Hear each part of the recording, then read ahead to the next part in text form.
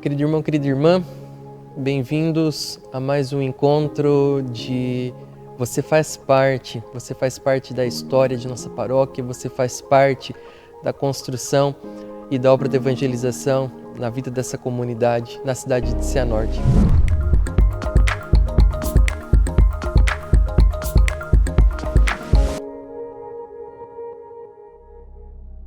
Hoje eu tenho ao meu lado a Nilva que é membro dessa comunidade e durante tantos anos se dedicou a auxiliar esta comunidade paroquial nos seus trabalhos de liturgia e como uma pessoa importante dessa comunidade e no seu trabalho aqui desenvolvido não poderia ficar de fora deste nosso encontro de testemunho histórico. Desde já eu convido que nós prestemos bastante atenção a este testemunho e que a partir daquilo que a gente escute, nós possamos aprender também a importância da doação da vida. Com o testemunho de cada um, a gente se edifica para permanecer evangelizando. Então, que cada testemunho ouvido nos auxilie na obra da evangelização. Nilva, obrigado pela tua presença, é uma satisfação muito grande ter você nesse momento, onde nós fazemos um pequeno relato histórico da vida da nossa paróquia, Nossa Senhora de Fátima e Santuário Eucarístico Diocesano. Quando que você chegou na nossa cidade de Cianorte? 1955. 55. Se casou aqui? Sim. Tem quantos filhos hoje? 3 meninas. 3 meninas. Que já são mães. Também são mães, então você é avó. Sou. Inclusive filhas que têm também uma vida bastante atuante na vida de igreja, não é? Sim, bastante.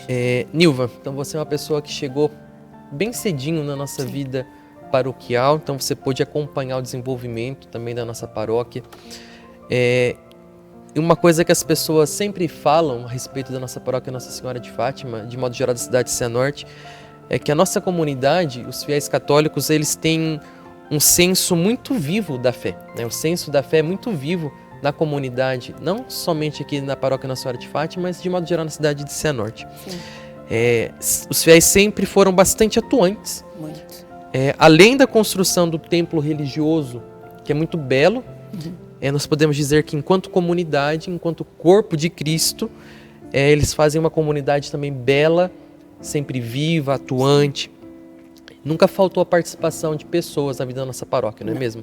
Sempre os leigos, os fiéis, sempre ajudaram a nossa paróquia.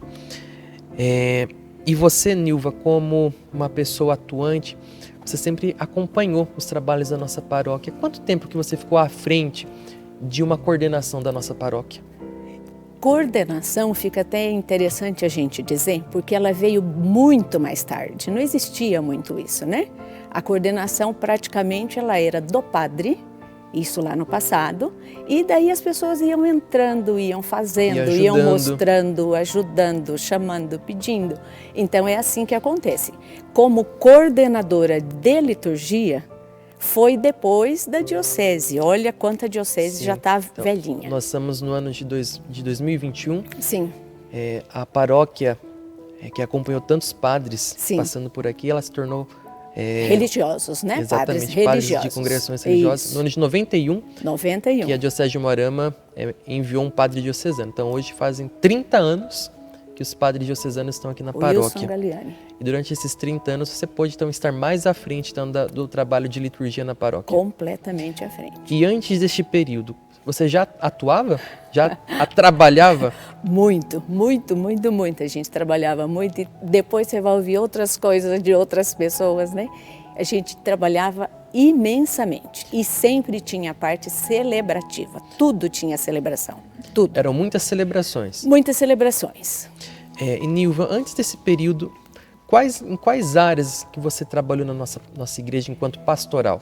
Eu posso dizer que assumi alguma coisa muito dentro da igreja foi em 74, porque eu comecei a trabalhar muito cedo. Então, em 74, eu já era profissional de ter que trabalhar com hora marcada, né? Entendi. Em 74, as coisas se inseriram de uma outra forma, porque daí eu me inseria naquilo que eu podia contribuir, que dava certo. Daí, os movimentos jovens, né?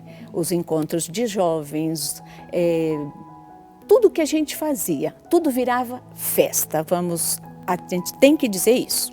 A gente tinha uma alegria cristã que dá para entender o evangelho. Eles eram felizes, né? Frio de 1 grau, a gente fazia quentão e ia rezar. Todo mundo vinha. Ia rezar. É assim que a gente fazia, né? Então, não tenho o que dizer do que era a igreja, era na minha vida, e do que é hoje, porque sempre foi. De pequenininha, meu grande sonho era ser cruzada, da cruzada. Mas não deu, porque eu já não podia me comprometer com o horário de vir. Fiquei muito feliz quando o seu Belmiro falou do Padre Henrique, porque o Padre Henrique era meu ídolo de cruzada. Mas eu não consegui. Era cruzada cristã? Cruzada cristã. Acompanhava as crianças pós primeira comunhão, né? E usavam roupa diferente. Então já era celebração também. Porque... Era como se fosse uma catequese continuada. Exatamente. E depois, em 74, aí começaram os encontros de jovens. Mais tarde, os TLCs, que daí já eram feitos em Umuarama. O que são TLCs, Nilva? Treinamento de liderança cristã. E era um movimento onde os leigos também participavam? Era um cursilho de jovem, entre aspas, só para ficar mais fácil, porque eram 3 dias trancafiados num lugar. Ali a gente recebia informação do céu, da terra e do inferno também, porque a gente acabava conhecendo de tudo que estava no mundo, né? E foi muito interessante o período de TLC, foi maravilhoso, engrandecimento para a igreja. A nossa paróquia, então, sempre foi uma paróquia muito viva. Aberta. Posso dizer também aberta, né? Porque mesmo o Padre Luiz Marque, que ele era bravão como ele era, mas ele tinha um respeito enorme pelas moças. Eu queria ser moça. Mas eu não podia, eu era criança. Eu queria ser da cruzada, era adolescente, eu não podia. Então sempre os padres, a casa paroquial, entre aspas, porque no limite que era da época, sempre foi muito acolhedor, muito acolhedor. E na nossa família mesmo, a gente tem histórias assim de acolhimento que era fora da realidade, fora. E Nilva, falando sobre o senso de fé dos fiéis leigos.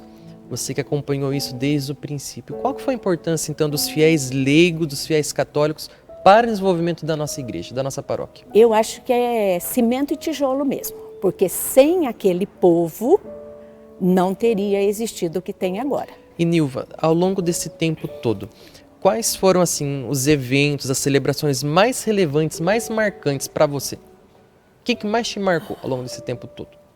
O que mais me marcou exatamente foi o dia da dedicação desse templo, porque é um fato relativamente recente, mas na minha vida, aquele dia foi uma coisa assim muito louca mesmo, né? E eu creio que Deus passou realmente, mas passou. E ungiu essas 12 cruzes aí e ungiu o resto inteiro da cidade. A dedicação de um templo é o evento mais importante na vida de uma paróquia. Na minha vida é. Porque eu sempre fui eucarística, padre, eu tinha paixão. E aquele momento, com certeza, então, foi a descida da bênção de Deus do céu, ungindo não somente o templo, mas ungindo as pessoas que fizeram presentes. Sabe o Padre Zezinho? Marcelo Rossi, eu não sei se a igreja subiu ou se o céu desceu, mas naquele dia aconteceu. A Eucaristia aconteceu aqui dentro desse templo. Falando sobre Eucaristia, nós somos hoje um santuário eucarístico diocesano. Sim. E nos relatos, uma das festas mais importantes na vida da paróquia eram as celebrações de Corpus Christi, que se faziam grandes procissões. Sim. Você tem memória, recordação desses dias? Memória, trabalho, frio, tudo. Porque a gente se envolveu em tudo isso, né? E o que era bonito...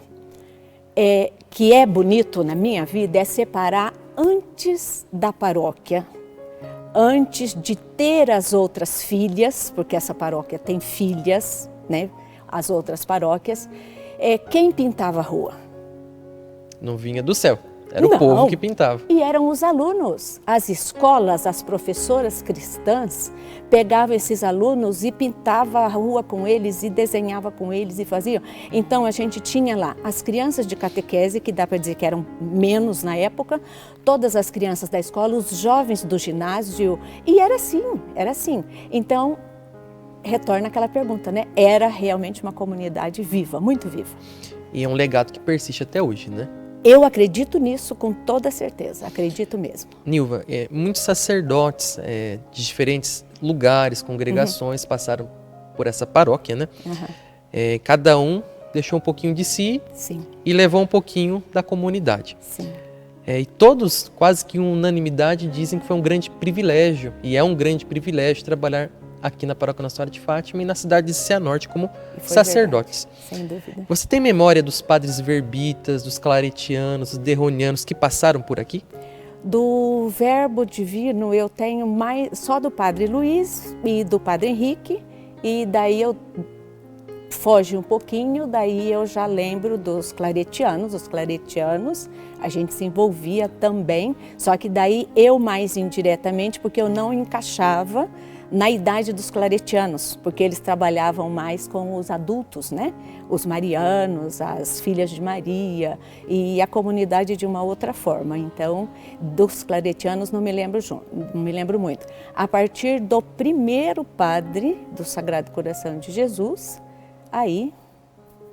E mesmo que hoje nós somos padres diocesanos à frente dessa paróquia, o legado dos padres religiosos, verbitas, claretianos, derronianos, foi grande para nós também? Foi básico, foi básico. Fundamental, essencial, né? Essencial, essencial, essencial, porque o que eles deixaram e a congregação deixou, tanto que a gente vê essa devoção ao Sagrado Coração de Jesus, não é por causa da Divina Misericórdia agora falada. É uma devoção muito antiga, porque os deonianos são do Sagrado Coração de Jesus, e isso pra gente era muito forte, sempre foi muito forte. Mesmo que hoje não se fale muito, a devoção ao Sagrado Coração de Jesus foi uma das primeiras devoções que se chegou à cidade de Cianorte, né? Casou, você não podia ser filha de Maria. O que você podia ser? Apostolado da oração. E com a chegada do Monsenhor Wilson Galliani, no ano de 1990... Posso falar só um detalhezinho? Claro. O que mais me cortou o coração, e é uma via sacra, que a gente vive até hoje, os velhos vão te concordar comigo, foi os últimos tempos dos deonianos aqui. Foi Quaresma, do ano que eles iam embora. Início em 1989. E quem ficou aqui? Padre Otto, aquele que ninguém queria ele para fazer nada. Ficou ele e o padre Mariano Weisman, jovenzinho de tudo, que atuou em Terra Boa e depois veio ficar com o Padre Otto. Eles ficaram até a última lágrima. E numa sexta-feira santa, o Padre Otto entra por esse corredor e se estende para celebrar a... Padre Otto foi pároco nessa paróquia durante 22 anos. Exatamente. E Padre Otto, com certeza, naquele momento já tinha sua idade muita avançada, idade, né? Mas ficou até o último minuto. E foi o padre que mais tempo ficou como pároco até hoje nessa paróquia Nossa Senhora de Fátima, padre do Sagrado Coração de Jesus derroniano. E com a chegada do Monsenhor Wilson Galliani, que foi o primeiro padre diocesano a estar à frente dessa paróquia, Nilva, como que foram os desenvolvimentos dos trabalhos pastorais aqui na paróquia? O que mudou? O que mudou da vida paroquial com os padres religiosos e depois com os padres diocesanos? Tomo a liberdade de falar um pouquinho antes. Eu te falei dos TLCs.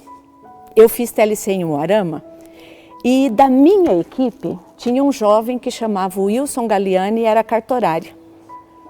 Eu casei e ele foi para o seminário e ele veio para cá e não sabia que eu estava aqui. Então, em pleno presbitério, ele pareceu que tinha 2,5 metros de altura, que eu olhava assim para ele, pelo temor que a gente estava. E fizemos a, entre aspas, burrada de fazer a recepção deles junto com uma carta de choro nosso. Então foi triste demais, né? Mas tudo bem. Como ele era uma pessoa que eu conhecia, foi muito rápido. Então, no instantinho, ele já estava procurando saber como que era. E ele, olha, eu acho que na vida de todos que passaram por aqui, ele foi fermento na massa. O Monsenhor Wilson, então, também foi um grande responsável nesse período de transição, não foi? O responsável. E com certeza ele deixou também um legado que até hoje nós Tenho também certeza sentimos até absoluta. hoje pelo trabalho aqui desenvolvido, né? Nós fizemos curso de liturgia. Naquela época não existiam as paróquias. Sagrado Coração, a cidade inteira veio para cá para fazer curso de liturgia com o Monsenhor Galliani. Então, não tenho o que dizer. Ele era eucarístico, ele é eucarístico. Então, foi a fome com a vontade de comer, E né? falando sobre a Eucaristia, Nilva, também um fato marcante da nossa paróquia, que no ano de 2005, em preparação para o jubileu de 50 anos da nossa paróquia, a nossa Sim. paróquia foi criada em 1956. No ano de 2006 ela fez os seus 50 anos. Então no ano de 2005 foi instituído aqui o Santuário Eucarístico Diocesano, Sim, como um local de veneração e adoração à Santíssima Eucaristia. Criou-se uma capela de adoração quase Sim. perpétua ao Santíssimo Sacramento. porque já existia a capela. E o que significou esse fato para a nossa paróquia e para a comunidade católica de Cianorte? No primeiro momento, confusão.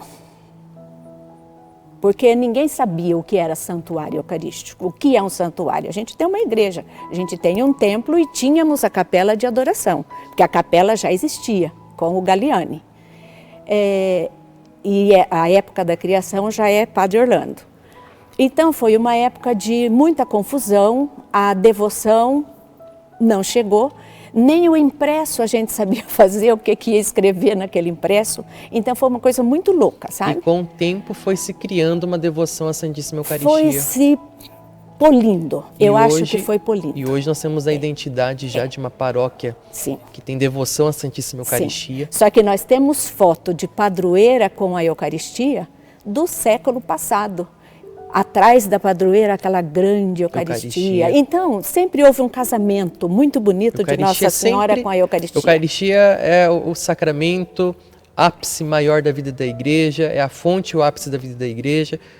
Não tem como tirar a Eucaristia da igreja. E aqui é real. E realmente a Eucaristia, então, sempre foi o alicerce, a fonte da vida dessa paróquia. Não tenho nenhuma dúvida. Nenhuma. E você se recorda do dia da celebração da instituição deste santuário? Eu me recordo. Como que foi esse momento, Nilva?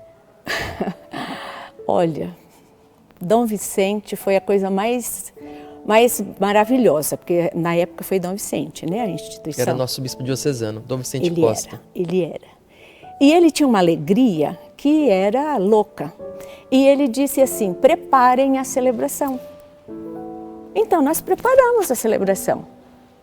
Só que naquela época a gente não tinha, que isso veio um pouco mais tarde, a gente não tinha esse conhecimento fiel à Sagrada Liturgia de tudo, né? Dos lecionários, a gente não tinha muito isso. Então nós preparamos a nossa liturgia e foi maravilhoso. Todo mundo ficou lá fora, ficou tudo aqui uma dentro celebração fechado. Com muitas pessoas?